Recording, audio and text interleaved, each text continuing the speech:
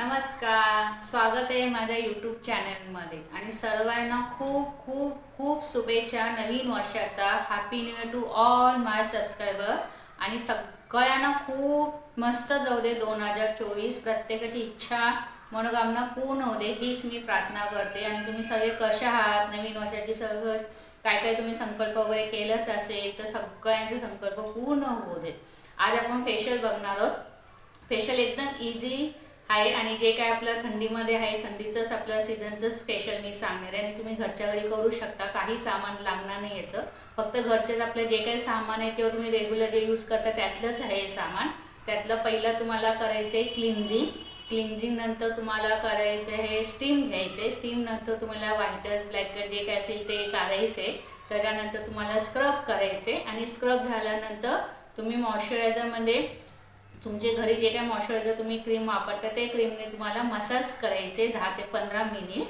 त्याच्यानंतर तुम्हाला मुलतानी मातीचं फेस पॅक लावायचे. हे सिंपल आणि इझी फेशियल आहे.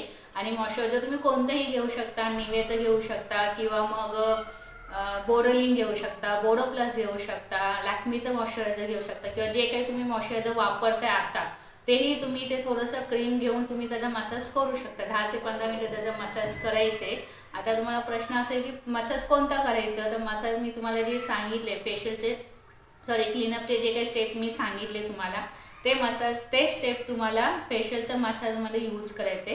हे बेसिकपेक्षाही बेसिक फेशियल आहे, एकदम इझी आहे. आणि हे तुम्ही जर दुसऱ्यांवरही करत असाल तर सेम असंच करायचे, स्वतःवरतीही करत असेल तर सेम तुम्हाला असंच करायचे.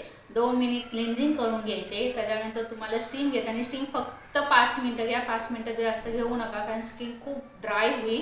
कारण ऑलरेडी खूप थंडी चालू आहे तर त्यामध्ये तुम्ही स्टीम घेणार तर स्टीमचा तुम्हाला प्रॉब्लेम होऊ शकतो. तर फक्त आणि ब्लॅकेस व्हाईटेस वगैरे असेल तरच तुम्ही स्टीम घ्या, नाही तर शक्यतो स्टीम घेऊ नका.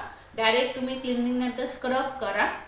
स्क्रब झाल्यानंतर डायरेक्ट मसाज घ्या तुम्ही 10 ते 15 मिनिट. आणि मसाज झाल्यानंतर जर खूप खूप ड्राय असेल स्किन, म्हणजे खूपच ड्राय झाली असेल ना, तर डायरेक्ट तुम्ही ते मसाज केलं असेल ना तर पुसू नका पूर्ण ते क्रीम. त्याच्यावरती डायरेक्ट तुम्ही फेस पॅक अप्लाय करा आणि ते फक्त 10 मिनटं ठेवा आणि त्याच्यानंतर नॉर्मल पाण्याने वॉश करा.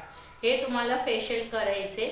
आणि जे ऑइली स्किन असेल, ऑइली स्किनसाठी जर फेशियल करायचं असेल तर ते लोक जे काही जेल वगैरे वापरत असेल किंवा कुठलं मॉइश्चरायझर वापरत असेल तर ते क्रीम तुम्ही म्हणून क्रीमचा मसाज म्हणून तो क्रीम मसाज तुम्ही वापरा.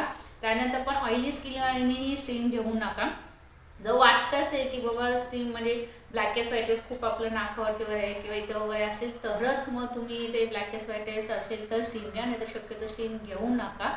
आणि मी जे काही क्लीनअपचे स्टेप्स सांगलेले ते फेशियलचे स्टेप्स आहेत, तर तुम्ही ते स्टेप करू शकता फेशियलच्या मसाजसाठी. सेम करायचे, फक्त क्लिन्झिंग तुम्हाला 2 मिनटं करायचे. त्याच्यानंतर मी स्क्रबचंही तुम्हाला व्हिडिओ पाठवलेले. स्क्रब करायचे तुम्हाला 2 मिनटं हे असं याच्या झिकझॅकमध्ये.